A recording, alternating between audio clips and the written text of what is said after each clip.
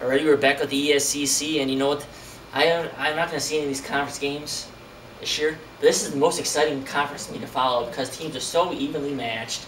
You don't know who's going to beat who. Carmel just beat Nazareth last week. So it's up for grabs. You know, the JCA Marist game is great. So tell what the haves and have-nots. You know, the teams that everybody thought were going to be haves kind of came down a little bit. Those who thought would be have-nots come up a little bit, and they're all sitting right there in the middle. They're all pretty even. We have a couple, you know, besides Marion down low, and, you know, you got Marist up high. Everybody else is juggling around there, and including these two teams, 3-2 JCA and 3-2 St. Pat's on Saturday. Maybe that one, Mark, we like. I haven't seen St. Pat's, don't know much about them. If they can pass the football, they can win this game. I mean, it's just that simple. I mean, we've said it week after week after week. If you could pass the football on the Hilltoppers, you could win the football game. I don't know much about St. Pat's. I know normally they're not that this big spread juggernaut offense. So I'm going to take the Hilltoppers with reservation, knowing that if St. Pat's comes out and surprises me with a pass offense that I'm not expecting, then I don't see them getting blown out here by any chance. 3 good games this week in the SEC that we got. St. Pat, they beat Bennett. Right. Kind of got lucky in that one. Or no, they lost to Bennett, I believe, and they beat Notre Dame. One of those two. I'm confused right this second. Pardon me for that, but they might beat both those teams. Actually, I can't remember. Anyway, St. Pat's, that's a dangerous game for JCA. But I think JCA, they almost won at Marist. If you can almost win at Marist, I think you're still doing okay. With ties, they're not doing much. Sloug's put the ball in the air a little bit, so. Yeah, their passing game has been much improved with Jones and company. And yeah. I like JCA in this one, in probably another high-scoring affair, but JCA will probably hold on and get to that 4th win. What about Bennett, 4-1 at St. Viator, 3-2? St. Viator coming off that loss to Notre Dame. And they're going to come off the loss to Bennett next week. I definitely think Bennett's going to keep this thing rolling and take care of business. This is an intriguing game for me to see because St. Viator they beat Carmel this year, so they do have potential there to get a big win.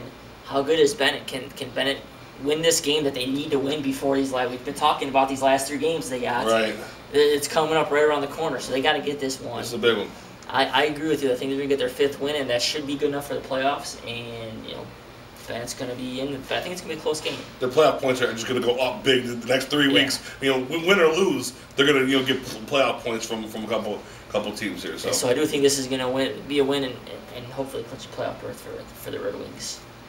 And that sets up another doozy of a game. Nazareth 2-3 coming off 3 heartbreaking losses in a row, I believe, to JCA, Marist, and Carmel. Right. All 3 close games. Now they go to Notre Dame 4-1. Not a good place to be for Nazareth.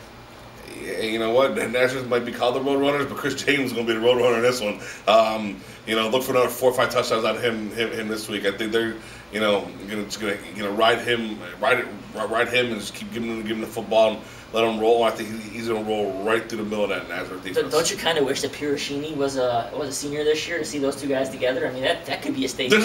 There's not enough balls to be carried, and he's only one guy can run the football at a time. So you get more dangerous play.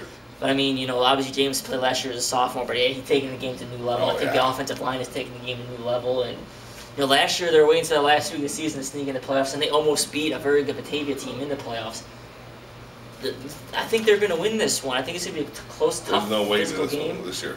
But they win this one, they're in the playoffs probably as well, and they have a tough rest of the season too. So it's not going to get easier. They got JCA coming up, so big game for the Dons. But I think the Dons are going to take this one, make a sweep for the ESCC teams. But we agreed on all 3 of these picks. We both picked the Dons here in this one.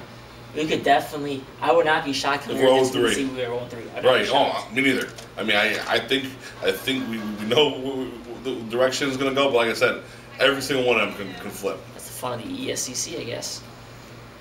Thanks a lot. There we go. Let's see how that conference turns out, and we'll be back for our Game of the Week picks.